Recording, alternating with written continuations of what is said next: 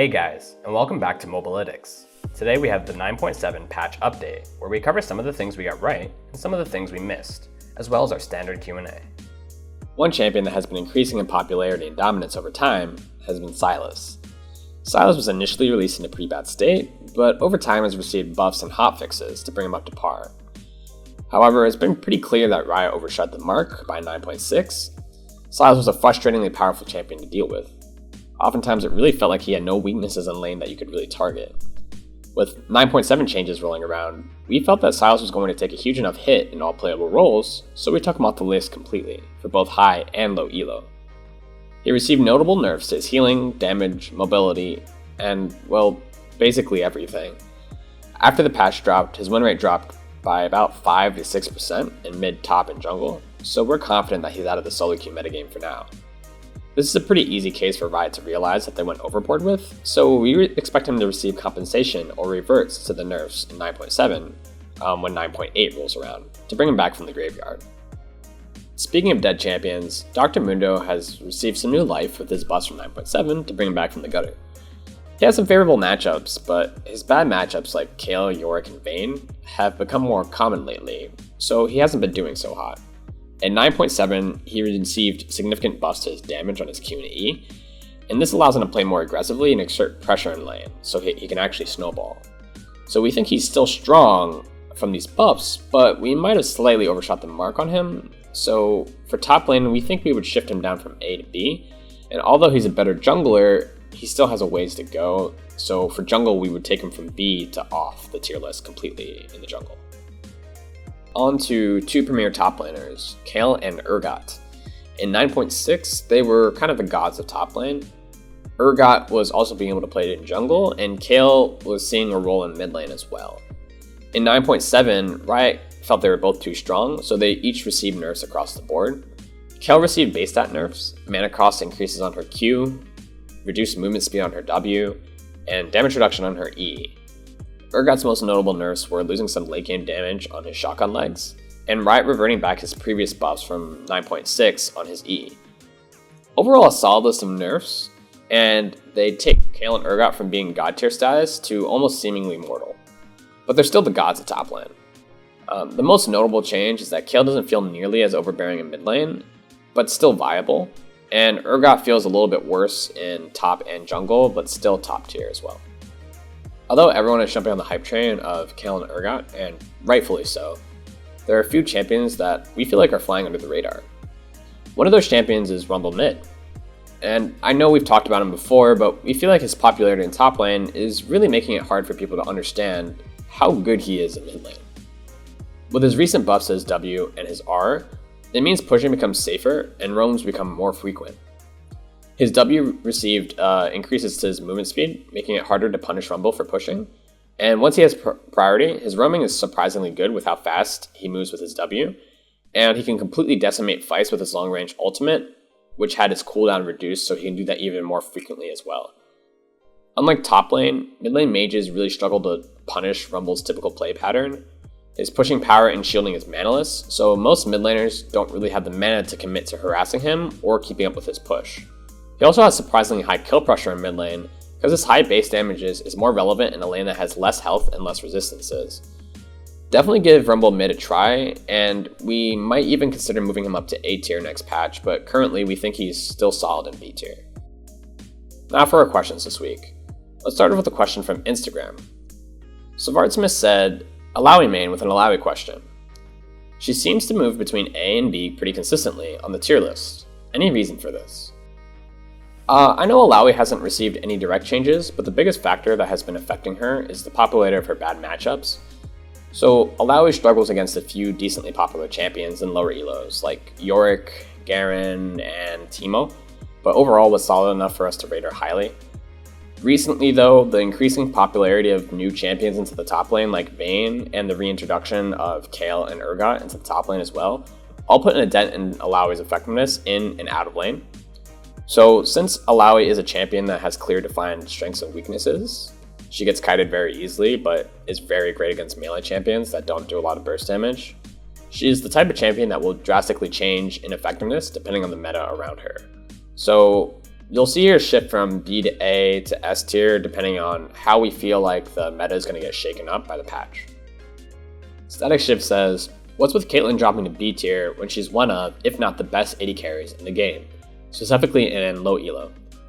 Well, Kaitlyn's really easy to play at the beginning, but really her strength comes from high elo players being able to master her, not really low elo players. Kaitlyn's in an odd spot right now in this meta because a lot of things need to go right for her to win. Kaitlyn wants to zone her opponent in lane and build a lead that she can use to methodically end the game. And the problem right now is that some of Kaitlyn's worst matchups are strong right now, mostly Jinx and Ashe, because they both have really long range to actually kind of match Kaitlyn, so she can't really use her massive range advantage to bully them like she could, say, like a Lucian or someone's with smaller range like that, or like Vayne as well.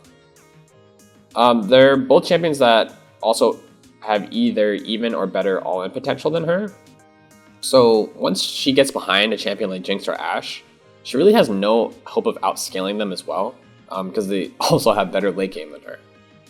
Especially when they're defended by enchanters like Sona, Soraka, and Nami, and Janna as well. So Kaitlyn just really doesn't have a place right now to bully and do what she does best, so we don't really recommend playing her, but she can still work pretty well. Angry Ginger says, I like the fact that y'all put Shen and B for high elo.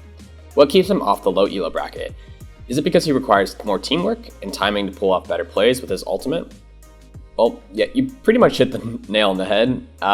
In lower levels of play, you can do some reactive ults to save people, but even then, they might run away or mess up your communication with you and not get the best possible scenario that you really want. In high elo, that's really not the case. It's a lot easier to save people and be on the same page even without communication. So Shen is one of those champions that if you don't have a good team, he doesn't shine as well, but when you have a great team with good teamwork, he's amazing. So we are putting him as a little bit better of a champion, and especially with the new Wit's End as well, it kind of gives him that little extra solo carry or solo damage potential to be a better split pusher. So we think he's a little bit better now, which warrants putting him on B tier for high elo, but still has those problems in low elo, so we still keep him off the list for low elo. Ronald Santos says, why would Barrier be better on Soraka? Well, this is an interesting question. We actually rate Soraka highly on our list because we feel like this one thing that you're saying here about Barrier versus Exhaust makes a big difference in her performance. Because Soraka outputs an enormous amount of healing unless you have grievous wounds, then focusing Soraka down is often the only way to stop her. So with Barrier, you have an access to a flexible, low cooldown defensive option. With Exhaust, you kind of have to be in 650 range to use it. So there's a lot of situations where that can kind of screw up, or you might not get the most ideal situation. You might get hit by burst before you can use Exhaust. The target might be bursting you from out of that 650 range, or there might be multiple targets doing damage to you at the same time, and you can only exhaust one of them. So Exhaust has a few of these things where there's a lot of situations where they might not be the best for defending yourself. Barrier simply always works, and against all damage, regardless of the circumstances. It's a little bit less effective versus dots, but it doesn't matter too much.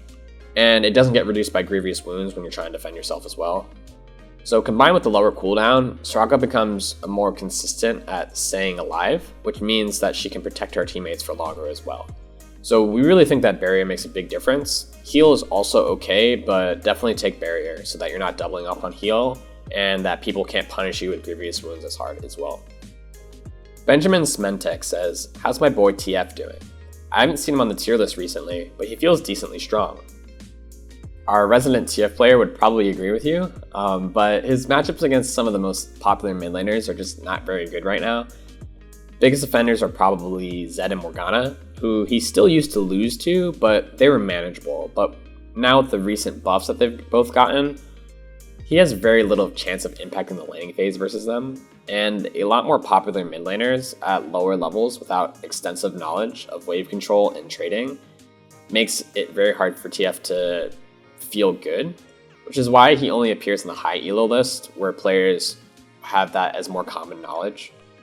Also, he's currently on a bit of a clock with There's a lot of really good scaling 80 carries and top laners right now, and he just doesn't have the same late game carry potential. So TF really needs to snowball or get left behind. So you're not wrong, he feels strong, and he suits the current meta of roaming and everything, but he only becomes strong after a certain threshold of skill, which we really only think is viable for High-ELO and not the general list right now. Thanks for watching our tier list update and Q&A. Make sure if you have any questions, leave them in the comment section down below, and use Mobalytics today at mobalytics.gg.